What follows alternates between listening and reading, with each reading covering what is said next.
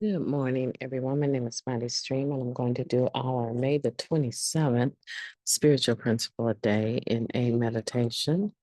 I'm rushing here a little bit because the room is filling up with people. All right, the title of the meditation is Showing Up with Integrity. Integrity is the state of being fully integrated. Our actions, our thinking, our feelings, our ideals, and our values all match up. That comes from the Living Clean book, chapter 3, Spirituality is Practical.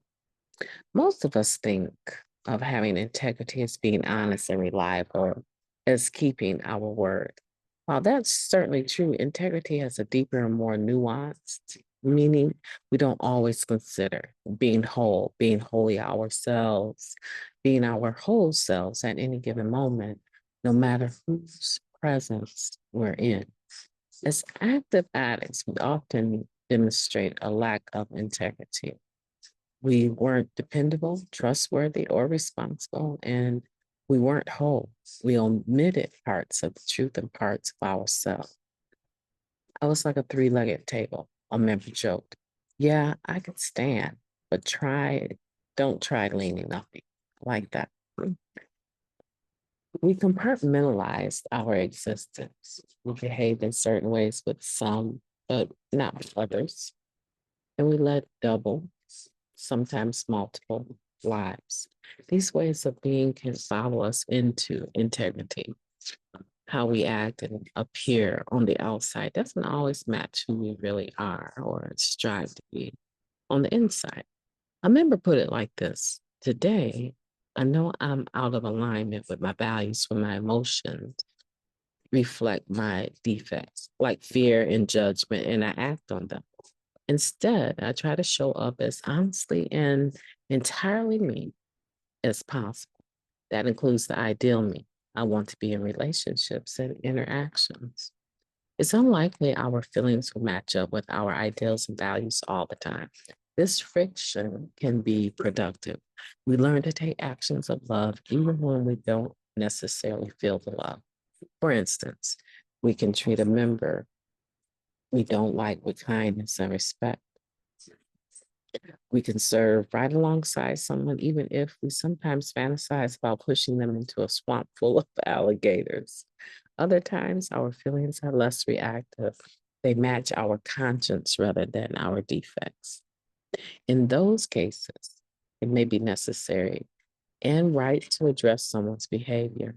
Integrity guides our decisions and how we express ourselves in those moments. It allows us to risk others' disappointment and anger. That's being true to ourselves. That's honesty and reliability. That's love. I'll practice integrity by reliably being all that I am, ensuring that my actions reflect what's inside me. I'll keep on this path of distinguishing my conscience from my reactions. Let me repeat that. I'll keep on this path of distinguishing my conscience from my reactions. And of course, I'll show up when I say I will. I like that last piece. Let's take a moment of silence, followed by the reversion of serenity prayer. Moment of silence now, please.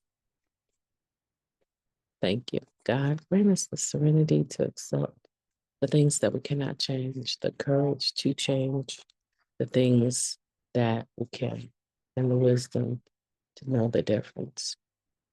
Yeah, today I'm in overdrive. I'm really in overdrive, and I'm still thinking about the just for today meditation and how I was saying that even when I am pressured in a situation, I have to pull back and go into a meditative state. And I try to stay there, even when it's almost like multitasking. I try to maintain the calm so that when the storm comes to it, I could speak to that storm and make it slow down. I hope I said that right. I try to do that. It's important for me. And this meditation lines up with that because, as it says, not all the time do our feelings match up with our ideals and values. Not all the time, right? However, when that kind of friction is produced, We can learn to take actions of love, even when we don't feel like it. Love can overcome it all, even when it doesn't seem like it can. We can cause it to overcome situations. We can force those negative situations to line up with love. And we do it by choice. It doesn't all the time happen automatically. We have to choose to do that. We have to choose to do that. And so hopefully you're making that choice today, right? You're making a choice to, cause the things that aren't going the way you want them to line up with what you want them to be. And even when you're not able to do that, at least you get to practice some self acceptance. See, every day is a character building day. It may not be a perfect day, but it is a character building day.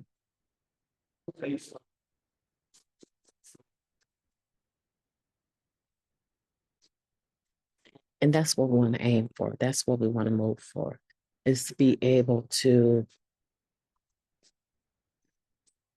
glean from every negative situation and even the situations where we're not performing the way that we want to be, to glean from them positively. And that's a choice. And I know you can do it because I'm doing it. I'm doing it pretty much every day of my life, not all day, but I'm doing it every day of my life. Things will come up because that's life. Anytime you're engaging other human beings, you're going to have things come up that are out of your control. It's hard enough. Listen, guys, it's hard enough dealing with my own character defects. But now you start adding other people to the mix, right? I know what I can do. I know how I'm going to respond. I know my strengths and my weaknesses.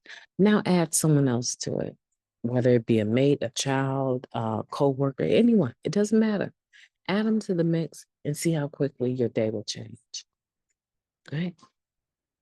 We talk about never being alone all the time, right? An addict alone is in bad company. We talk about that all the time. But some of us can relate to the fact that there was safety in depending on ourselves only. But the way that we coped with it, the way that we dealt with it was not healthy. Today, we don't have to do that. We can learn from every negative situation, have a character building day instead of a bad day, and run with it. One more experience, one more lived experience that we can benefit from. Elon Musk has said this, and he's a very successful businessman. He said that, and I'm paraphrasing, I would hire according to lived experience than credentials, right? Because that lived experience being applied in life is worth way more than people give it credit for. I'm not always going to say it's worth more, but I am going to say it's worth a lot more than we give it credit. Right? Yeah. Okay. If I'm trying to open this is an example. I know someone that's involved with a child care system, and they want her to go to school and get this early child development degree. She has 6 kids, and she is in the process of raising them all from the ranges of 15 down to the age of 6.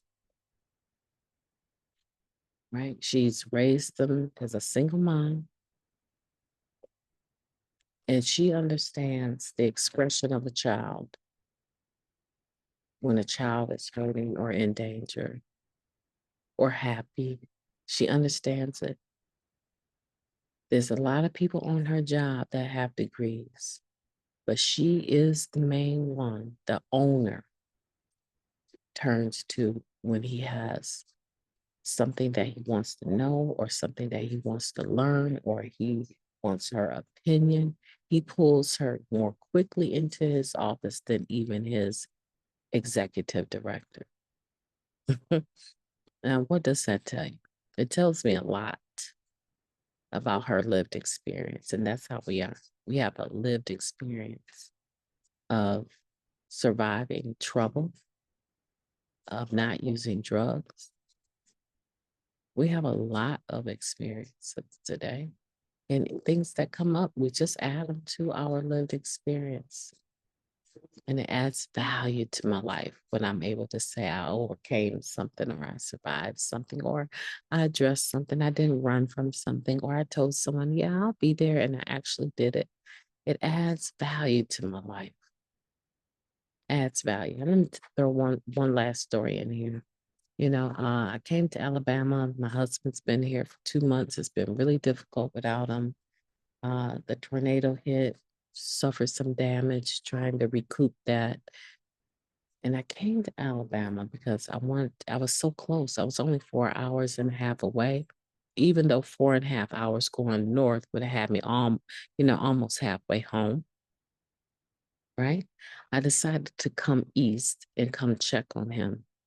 Got a room, checked into a room, a hotel directly across the street from Huntsville Hospital, so that I would be able to go and see my sister-in-law, but also, of course, see my husband. That was my main reason. Wanted to touch base with him. Had the boys with me and wanted him to know that we loved him and thought enough of him. So get here.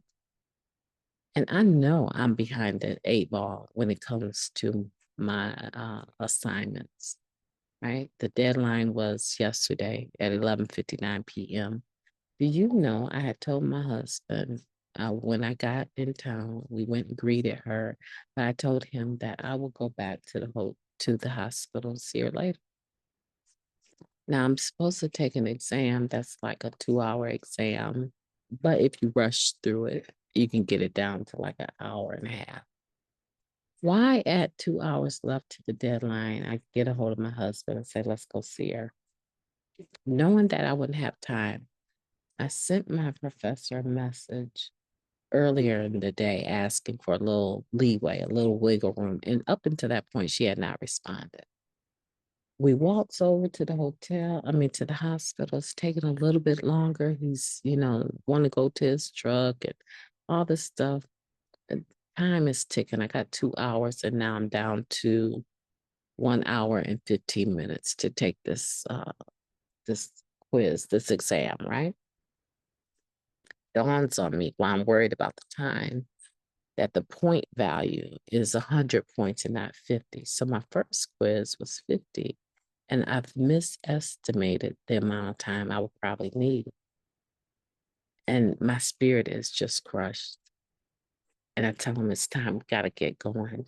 And on our way out, having fulfilled my commitment, my word to him, on our way out, I check to see if she's finally responded to my email that I had sent, like maybe 5 hours previous.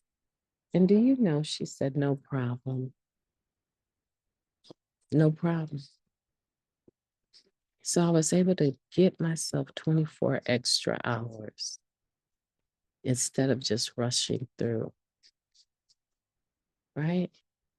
And sometimes that's how life is. You just show up and do the next right thing for the right reason, right?